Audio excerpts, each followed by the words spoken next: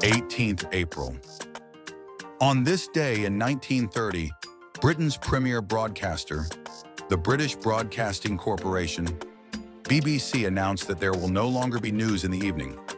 On this day in 1930, the Britain's premier broadcast service, the British Broadcasting Corporation, BBC, announced that there will no longer be news in their evening report. The British Broadcasting Company broadcast its first radio bulletin from radio station 2LO on the 14th of November, 1922. Wishing to avoid competition, newspaper publishers persuaded the government to ban the BBC from broadcasting news before 7 p.m. and to force it to use wire service copy instead of reporting on its own. On Easter weekend, which was April 18th in 1930, this reliance on newspaper wire services left the radio news service with no information to report after saying, "There is no news today." Piano music was played instead. The BBC gradually gained the right to edit the copy and, in 1934, created its own news operation. However, it could not broadcast news before 6 p.m. until World War II. Gaumont British and Movietone cinema newsreels had been broadcast on the TV service since 1936, with the BBC producing its own equivalent television newsreel program from January 1948. History Desk TV. Explore the past, analyzing the future.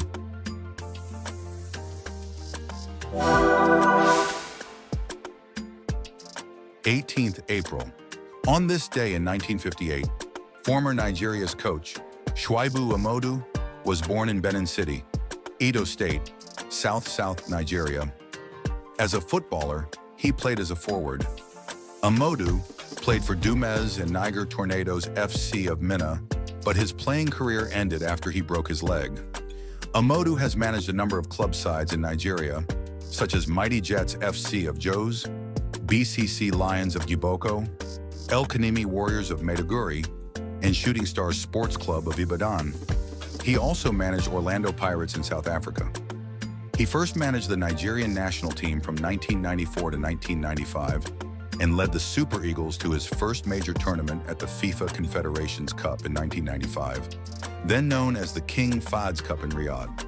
His second coming as Super Eagles manager was between April 2001 and February 2002. He was reappointed manager in April 2008. He was sacked again in February of 2010. AMODU was appointed technical director of Nigeria's national teams in May 2013. He was reappointed Nigeria manager in October 2014, replacing Stephen Keshi. It was his fifth spell in charge of the country. Keshi returned to the role 2 weeks later, but was fired in July 2015, and AMODU took over the Eagles again temporarily. He was replaced by Sunday Olise on a permanent basis later that month. AMODU died on 10th June 2016, 3 days after the death of Stephen Keshi, age 58. History Desk TV. Explore the past, analyzing the future.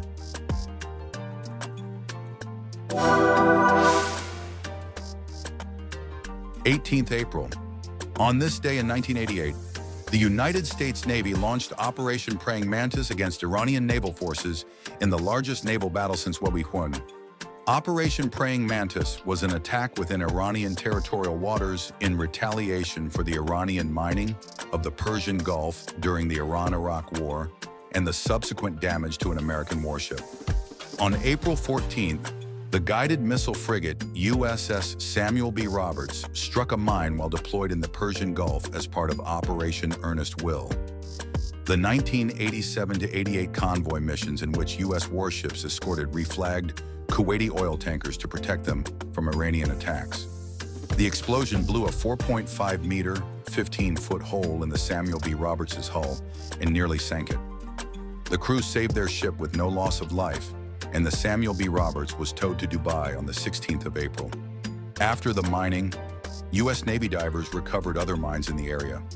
When the serial numbers were found to match those of mines seized along with the Iran Ajr the previous September, U.S. military officials planned a retaliatory operation against Iranian targets in the Persian Gulf.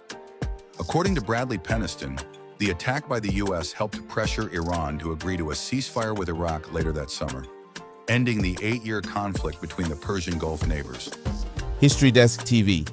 Explore the past, analyzing the future.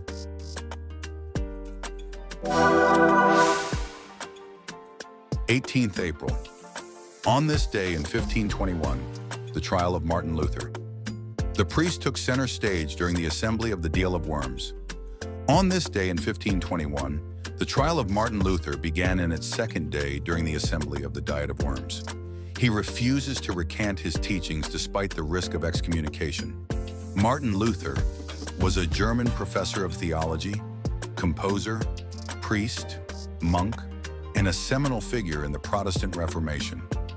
Luther was ordained to the priesthood in 1507. He came to reject several teachings and practices of the Roman Catholic Church. In particular, he disputed the view on indulgences. Luther proposed an academic discussion of the practice and efficacy of indulgences in his 95 Theses of 1517. His refusal to renounce all of his writings at the demand of Pope Leo in 1520 and the Holy Roman Emperor Charles V at the Diet of Worms in 1521 resulted in his excommunication by the Pope and condemnation as an outlaw by the Holy Roman Emperor.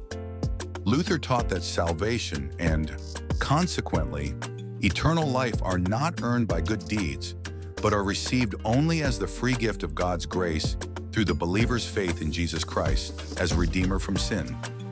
His theology challenged the authority and office of the Pope by teaching that the Bible is the only source of divinely revealed knowledge, and opposed sacerdotalism by considering all baptized Christians to be a holy priesthood. Those who identify with these and all of Luther's wider teachings are called Lutherans. Though Luther insisted on Christian or evangelical as the only acceptable names for individuals who profess Christ, his translation of the Bible into the German vernacular, instead of Latin, made it more accessible to the laity, an event that had a tremendous impact on both the church and German culture. It fostered the development of a standard version of the German language, added several principles to the art of translation, and influenced the writing of an English translation, the Tyndale Bible. His hymns influenced the development of singing in Protestant churches. His marriage to Katharina von Bora, a former nun, set a model for the practice of clerical marriage, allowing Protestant clergy to marry. In two of his later works, Luther expressed antagonistic views towards Jews. His rhetoric was not directed at Jews alone, but also towards Roman Catholics, Anabaptists, and non-Trinitarian Christians. Luther died in 1519.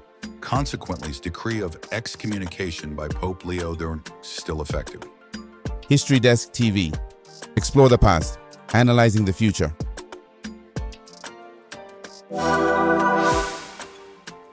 April 18th. On this day in 1857, the Spirit Book was published in France. On this day in 1857, the Spirit's Book by Allan Kardec was published, and that marked the birth of spiritualism in France. The Spirit's Book, known as Le Livre des Esprits in original French, is part of the Spiritist codification and is regarded as one of the 5 fundamental works of Spiritism. It was published by the French educator Allan Kardec on April 18th. It was the first and remains the most important Spiritist book because it addresses in first-hand all questions developed subsequently by Allan Kardec.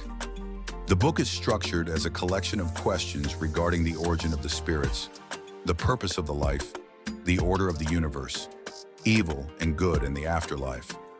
Its answers, according to Kardec, were given to him by a group of spirits who identified themselves as the Spirit of Truth, with whom he communicated in several Spiritist sessions during the 1850s.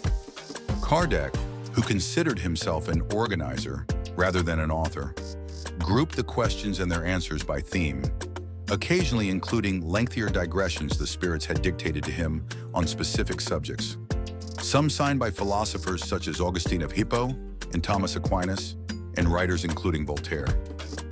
History Desk TV. Explore the past, analyzing the future.